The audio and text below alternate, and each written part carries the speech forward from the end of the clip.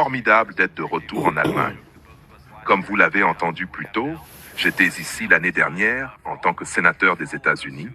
J'ai rencontré le secrétaire d'État à l'étranger, David Lammy, et nous avons plaisanté en disant qu'hier, nous occupions des fonctions bien différentes de celles que nous avons aujourd'hui.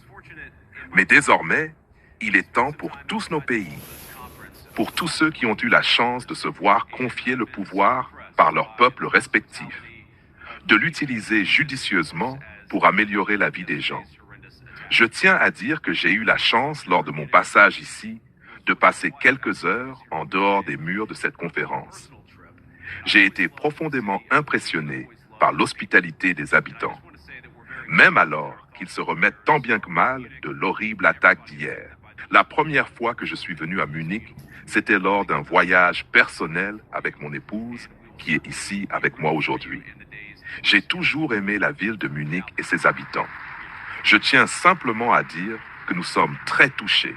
Nos pensées et nos prières accompagnent Munich et tous ceux qui ont été affectés par le mal qui s'est abattu sur cette belle communauté. Nous pensons à vous, nous prions pour vous et nous serons assurément à vos côtés dans les jours et les semaines à venir. J'espère que ce n'était pas le dernier applaudissement que j'entendrai. Nous nous sommes réunis à cette conférence pour discuter de sécurité. Et normalement, nous parlons des menaces pesant sur notre sécurité extérieure. Je vois ici de nombreux grands chefs militaires. Pourtant, alors que l'administration Trump se préoccupe vivement de la sécurité européenne et estime que nous pouvons parvenir à un règlement raisonnable entre la Russie et l'Ukraine, et croit également qu'il est essentiel qu'en ces années à venir, l'Europe se dote d'une capacité de défense autonome. La menace qui m'inquiète le plus en Europe n'est ni la Russie, ni la Chine, ni aucun autre acteur extérieur. Ce qui m'inquiète, c'est le recul de l'Europe par rapport à certaines de ses valeurs les plus fondamentales. Ces valeurs que nous partageons avec les États-Unis d'Amérique. J'ai été frappé lorsqu'un ancien commissaire européen est apparu à la télévision, semblant ravi que le gouvernement roumain ait annulé une élection entière. Il a averti que si les choses ne se déroulaient pas comme prévu, la même chose pourrait arriver en Allemagne. Ces propos désinvoltes choquent les oreilles américaines. Pendant des années, on nous a dit que tout ce que nous finançons et soutenons se fait au nom de nos valeurs démocratiques communes, que ce soit notre politique envers l'Ukraine ou la censure numérique, le tout justifié comme une défense de la démocratie. Mais lorsque nous voyons des tribunaux européens annuler des élections et des hauts responsables menacés d'en annuler d'autres, nous devons nous demander si nous nous imposons à nous-mêmes des standards suffisamment élevés. Et je dis « nous » parce que je crois fondamentalement que nous faisons partie de la même équipe. Nous devons faire plus que parler de valeurs démocratiques. Nous devons les vivre. Dans le souvenir de beaucoup d'entre vous, la guerre froide opposait les défenseurs de la démocratie à des forces bien plus tyranniques sur ce continent. Et réfléchissons un instant aux acteurs de ce combat qui, par la censure de la dissidence, la fermeture d'églises et l'annulation d'élections, ne pouvaient être considérés comme les bons. Dieu merci, ils ont perdu la guerre froide. Ils ont perdu parce qu'ils n'ont ni valorisé, ni respecté les extraordinaires bénédictions de la liberté. Cette liberté de surprendre, de commettre des erreurs, d'inventer et de construire. Il s'avère que l'innovation et la créativité ne peuvent être imposées, tout comme on ne peut forcer les gens à penser, à ressentir ou à croire ce que l'on souhaite. Ces libertés sont inextricablement liées. Malheureusement, quand je regarde l'Europe aujourd'hui, il n'est pas toujours évident de comprendre ce qu'est devenu l'un des lauréats de la guerre froide. Je pense à Bruxelles, où des commissaires de l'UE ont averti les citoyens qu'ils avaient l'intention de fermer les réseaux sociaux en cas de troubles civils dès qu'ils repèrent ce qu'ils jugent être du contenu haineux. Je pense à ce pays où la police a mené des descentes chez des citoyens soupçonnés d'avoir publié en ligne des commentaires antiféministes dans le cadre de la lutte contre la misogynie. Je pense à la Suède, où il y a 2 semaines, le gouvernement a condamné un militant chrétien pour avoir participé à des brûlages du Coran qui ont conduit au meurtre de son ami. Un juge ayant froidement souligné que les lois suédoises censé protéger la liberté d'expression, ne confère en réalité pas le droit de dire ou de faire n'importe quoi sans risquer d'offenser. Et ce qui est peut-être le plus préoccupant, c'est le Royaume-Uni, où le recul des droits de conscience a placé les libertés fondamentales des Britanniques religieux dans le collimateur. Il y a un peu plus de 2 ans, le gouvernement britannique a inculpé Adam Smith Conner, un physiothérapeute de 51 ans et vétéran de l'armée, pour l'odieux fait d'être resté à 50 mètres d'une clinique d'avortement et d'avoir prié silencieusement pendant 3 minutes. Lorsque les forces de l'ordre lui ont demandé pourquoi il priait, il a simplement répondu que c'était pour l'enfant à naître que lui et son ex-compagne avaient avorté des années auparavant. Les agents n'ont pas été émus. Adam a été reconnu coupable d'avoir enfreint la nouvelle loi sur les zones tampons qui criminalise la prière silencieuse et d'autres comportements susceptibles d'influencer une décision à moins de 200 mètres d'une clinique d'avortement. Et il a été condamné à payer des milliers de livres en frais juridiques. J'aurais aimé pouvoir dire qu'il s'agissait d'un cas isolé, d'un exemple extravagant d'une loi mal rédigée appliquée à une seule personne. Mais non. En octobre dernier, le gouvernement écossais a commencé à distribuer des lettres aux citoyens dont les habitations se trouvent dans les soi-disant zones d'accès sécurisées, les avertissant que même une prière privée à domicile pourrait constituer une infraction. Naturellement, le gouvernement incitait les destinataires à dénoncer tout compatriote soupçonné de crime de la pensée.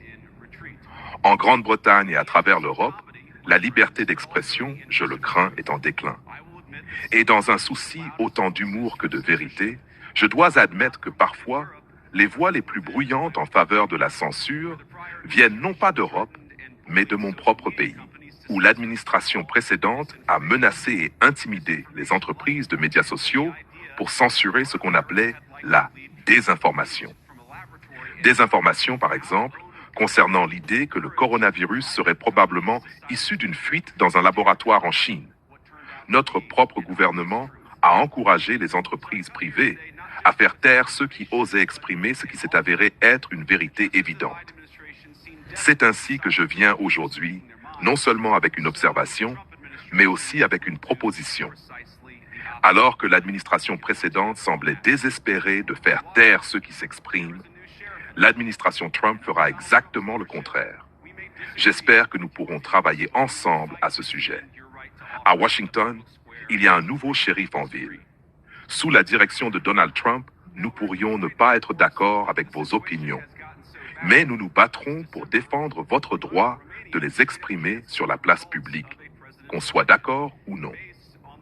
Nous en sommes arrivés au point où la situation est devenue si grave qu'en décembre, la Roumanie a carrément annulé les résultats d'une élection présidentielle sur la base de soupçons fragiles d'une agence de renseignement et sous une énorme pression de ses voisins continentaux. D'après ce que j'en comprends, l'argument avancé était que la désinformation russe avait contaminé les élections roumaines. J'inviterai mes amis européens à prendre du recul. Certes, il est inacceptable que la Russie achète des publicités sur les réseaux sociaux pour influencer vos élections. Nous le condamnons fermement sur la scène internationale. Mais si votre démocratie peut être détruite par quelques centaines de dollars de publicité numérique venue d'un pays étranger, alors elle n'était pas très solide dès le départ. La bonne nouvelle, c'est que je crois sincèrement que vos démocraties sont bien moins fragiles que beaucoup le craignent. Permettre à nos citoyens de s'exprimer rendra nos démocraties encore plus fortes. Cela nous ramène à Munich, où les organisateurs de cette conférence ont interdit aux parlementaires représentant des partis populistes, tant de gauche que de droite, de participer aux discussions. Certes, nous n'avons pas à être d'accord avec tout ce que disent ces représentants, mais lorsqu'ils représentent une partie importante de la population, il est de notre devoir d'engager le dialogue avec eux. Le monde libre ne se renforce pas en censurant les voix dissidentes. Au contraire, nous devons reconnaître que la diversité d'opinions et le débat ouvert sont les piliers mêmes qui ont permis à l'Occident de prospérer. Les sociétés qui cherchent à étouffer les débats sous prétexte de protéger la démocratie finissent par l'affaiblir. L'histoire nous l'a prouvé maintes et maintes fois. Lorsqu'un gouvernement décide ce qui peut ou ne peut pas être dit, c'est une pente glissante vers l'autoritarisme. Nous devons également nous rappeler que la sécurité ne doit pas être utilisée comme une excuse pour justifier la restriction des libertés. Oui, nous devons être vigilants face aux menaces extérieures et aux manipulations étrangères. Mais nous ne devons jamais sacrifier nos valeurs fondamentales en échange d'une illusion de protection. La véritable force de nos nations réside dans notre engagement inébranlable envers la liberté d'expression, la souveraineté populaire et l'état de droit.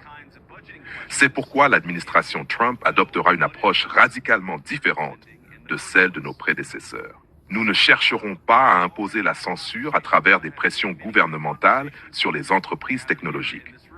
Nous ne collaborerons pas avec des bureaucrates internationaux pour limiter la liberté d'expression sous prétexte de lutter contre la désinformation.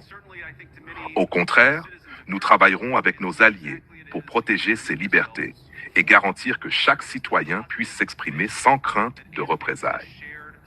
En ce sens, je vous exhorte, vous tous qui êtes ici présents, à réfléchir sérieusement aux choix que nous faisons en tant que nation démocratique.